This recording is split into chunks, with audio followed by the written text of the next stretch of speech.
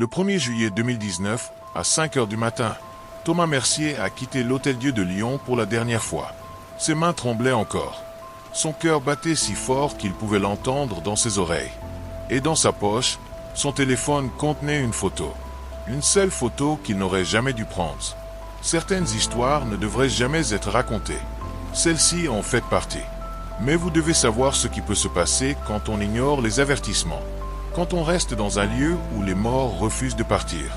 Je m'appelle Thomas Mercier. J'ai travaillé comme agent de sécurité de nuit pendant 5 ans avant l'Hôtel-Dieu. En mars 2019, la municipalité de Lyon m'a embauché pour patrouiller l'Hôtel-Dieu, un ancien hôpital converti en hôtel de luxe. Le bâtiment existe depuis 1184. Plus de 800 ans d'histoire. Des milliers de vies sauvées. Et des milliers de morts dans ses couloirs. Ma mission semblait simple. Surveiller le bâtiment 6 nuits par semaine, de 22h à 6h du matin. M'assurer que tout était en ordre. Répondre aux appels occasionnels de la réception. Effectuer des rondes régulières dans tous les étages. C'était un bon travail. Bien payé. Dans un endroit magnifique. Les 3 premières semaines ont été calmes. Je faisais mes rondes. Vérifiais les issues de secours. Contrôlais les systèmes de sécurité. L'hôtel était superbe la nuit. Les couloirs historiques avec leurs voûtes anciennes prenaient une qualité presque irréelle sous l'éclairage tamisé. Parfois, je croisais un client qui descendait chercher de l'eau ou qui rentrait tard. Mais la plupart du temps, j'étais seul dans le silence. Puis est arrivée la nuit du 28 juin. Une nuit qui a tout changé. Ma ronde de 2 heures du matin m'a mené au 3e étage. Le couloir principal s'étendait devant moi, long et silencieux. J'ai remarqué quelque chose d'inhabituel. La porte de la chambre 307 était entr'ouverte, juste de quelques centimètres, assez pour qu'on voie une bande de lumière sortir de la chambre. J'ai froncé les sourcils. Selon le système, la chambre était vide. Pas de réservation cette nuit-là. Elle ne devrait pas être éclairée. Et la porte devrait être fermée à clé. Je me suis approché lentement. Sécurité. Il y a quelqu'un. Pas de réponse. Juste le silence. J'ai poussé doucement la porte. La chambre était vide. Lit fait. Tout en ordre. Mais toutes les lumières étaient allumées. Plafond. Lampe de chevet. Salle de bain. Tout. J'ai vérifié partout. Salle de bain vide. Armoire vide. Personne. La chambre était clairement inoccupée. J'ai éteint toutes les lumières. Vérifié que la porte se fermait correctement. Notez l'incident dans mon rapport. Peut-être un dysfonctionnement électrique. Peut-être un membre du personnel avait-il oublié d'éteindre. Mais la nuit suivante, c'était la même chose. Porte entr'ouverte. Toutes les lumières allumées. Chambre vide. Même heure. 2 heures du matin exactement. J'ai signalé le problème à la maintenance. Un électricien est venu le lendemain. Il a tout vérifié. Le câblage. Les interrupteurs. Le système central. Rien d'anormal. Tout fonctionnait parfaitement. Il ne comprenait pas comment les lumières pouvaient s'allumer toutes seules. Pourtant, nuit après nuit, c'était la même chose. 2 heures du matin. Chambre 307. Lumières allumées. Porte ouverte. Après une semaine de cela, j'ai décidé de rester devant la chambre pour voir ce qui se passait vraiment. C'était un vendredi soir, le 28 juin. J'ai terminé ma ronde normale à 1h30. Puis je suis monté au 3e étage. J'ai vérifié la chambre 307. Porte fermée. Lumières éteintes. Tout normal. Je me suis installé dans le couloir, à une dizaine de mètres de la chambre. J'avais une chaise pliante que j'utilisais parfois durant les longues nuits. Je me suis assis. J'avais une vue directe sur la porte. Personne ne pourrait entrer sans que je le voie. 1h45. Rien. Le couloir était silencieux.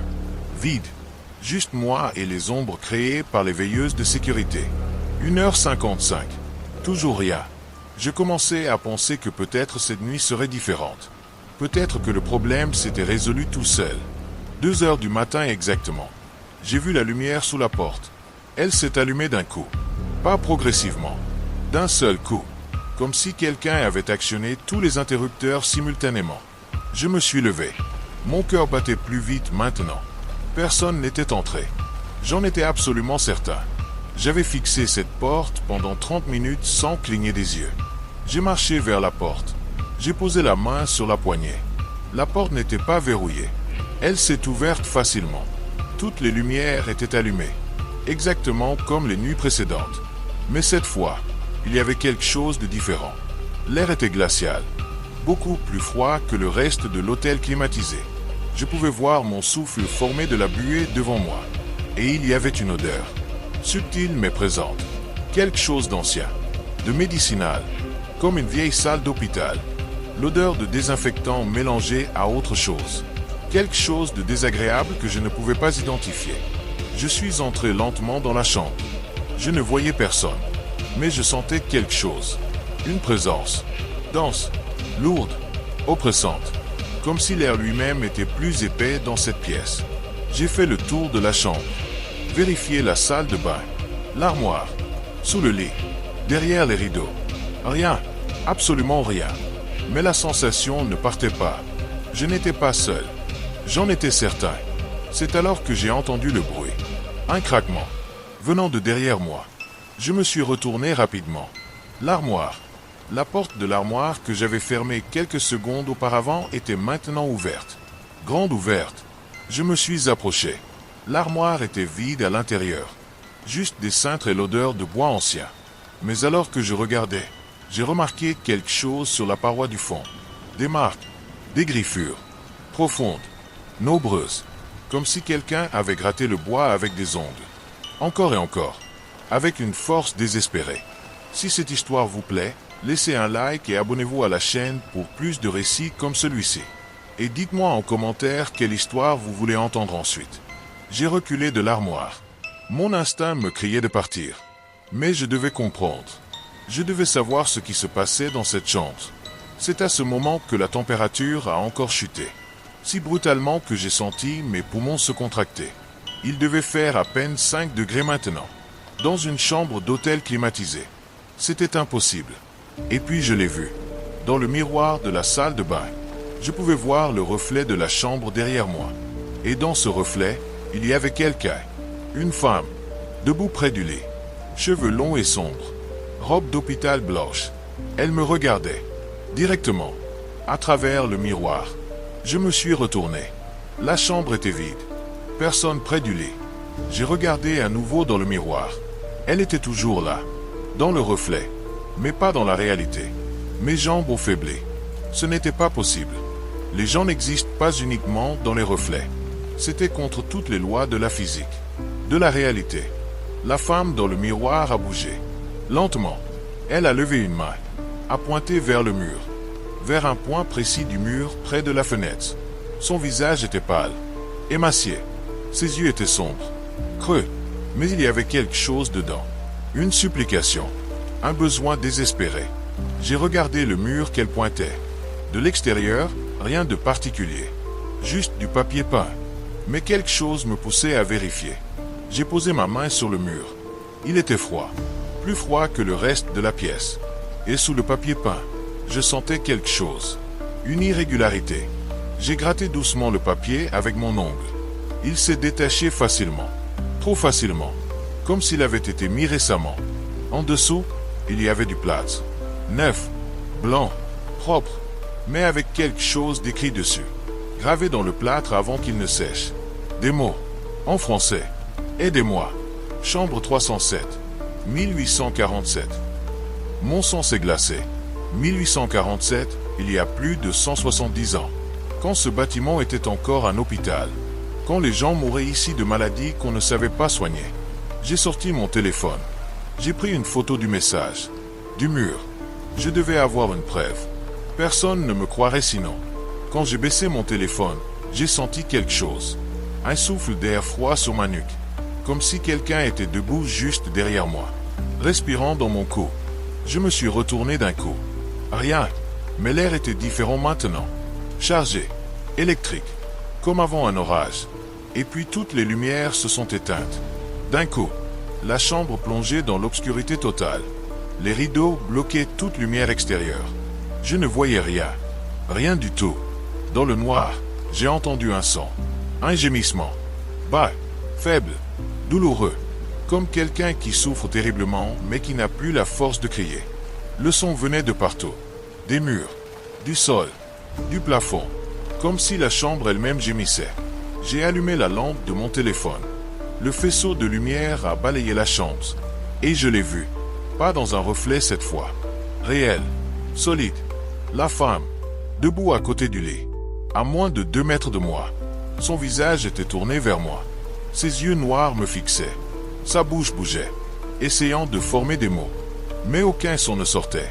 Juste ses lèvres qui articulaient silencieusement. Encore et encore. Le même mot. Aide-moi. Aide-moi. Aide-moi. Je ne pouvais pas bouger. Ne pouvais pas parler. Ne pouvais pas respirer. J'étais paralysé par une peur primale. Une peur que je n'avais jamais connue auparavant. La femme a fait un pas vers moi. Puis un autre. Elle se déplaçait de manière étrange. Glissant plutôt que marchant. Ses pieds ne touchaient pas vraiment le sol. Elle flottait. Se rapprochait. Elle a tendu une main vers moi. Ses doigts étaient longs. Trop longs. Les ongles cassés et sales. Sa main tremblait. Comme si même ce simple geste demandait un effort énorme. J'ai reculé. Mon dos a heurté le mur. Je ne pouvais pas reculer plus. Elle continuait d'avancer. Sa main se rapprochait de mon visage. Je pouvais voir maintenant qu'elle était translucide. Je pouvais voir à travers elle. Voir le lit derrière. Les murs derrière. Sa main a touché ma joue. J'ai senti le froid. Un froid si intense que ça brûlait. Comme plonger son visage dans de la neige. Mon téléphone est tombé de ma main. La lumière a roulé sur le sol, créant des ombres dansantes. Et dans ma tête, j'ai entendu sa voix. Pas avec mes oreilles. Dans ma tête. Directement dans mon esprit. Une voix de femme. Faible. Épuisée. Désespérée. Murée vivante. Tuberculose. Ils ont pensé que j'étais morte. Mais je ne l'étais pas. Je me suis réveillé dans le noir. Dans le mur. Je ne pouvais pas respirer. Ne pouvais pas crier. Personne ne m'a entendu. Mon cœur s'est arrêté. Murée vivante. Dans le mur. Celui que je venais de gratter. Celui avec le message. Elle avait été enterrée vivante dans ce mur. En 1847. Quand les pratiques médicales étaient barbares. Quand on déclarait les gens morts trop vite. La femme a retiré sa main de mon visage. Elle reculait maintenant. Retournait vers le mur. Le mur avec le message. Elle s'est retournée. A posé ses 2 mains sur le papier peint. Et lentement, elle a commencé à s'enfoncer dans le mur. Comme si le mur était liquide. Comme si elle retournait là où elle avait été piégée. Avant qu'elle ne disparaisse complètement, elle m'a regardé une dernière fois. Et j'ai compris. Elle voulait que les gens sachent. Que son histoire soit racontée. Que sa mort horrible ne soit pas oubliée. Les lumières se sont rallumées. La chambre était vide à nouveau. Normal. Comme si rien ne s'était passé. Mais je savais ce que j'avais vu, ce que j'avais ressenti, ce que j'avais entendu. J'ai ramassé mon téléphone. Mes mains tremblaient si fort que j'ai failli le laisser tomber à nouveau. J'ai regardé la photo que j'avais prise.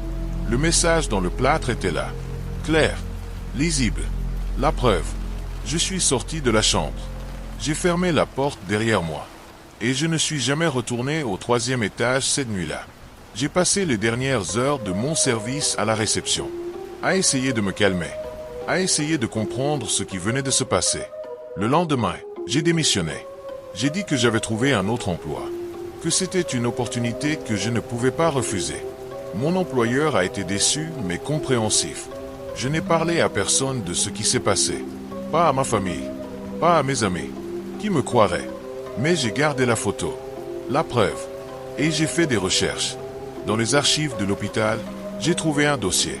Une femme, 23 ans, admise en 1847 avec une tuberculose avancée. Déclarée morte le 15 juin. Enterrée le même jour. Mais il y avait une note. Une note ajoutée quelques jours plus tard. Des ouvriers avaient entendu des sons venant d'un mur qu'ils venaient de plâtrer. Mais quand ils avaient vérifié, ils n'avaient rien trouvé. Ils avaient conclu que c'était le bâtiment qui se tassait. Mais ce n'était pas le bâtiment. C'était elle, murée vivante, essayant désespérément d'être entendue. Et personne n'était venu. Ceci est l'histoire vraie de ce qui s'est passé dans la chambre 307 de l'Hôtel-Dieu de Lyon. La femme est toujours là, prisonnière de ce mur, attendant que quelqu'un raconte son histoire, attendant que quelqu'un se souvienne.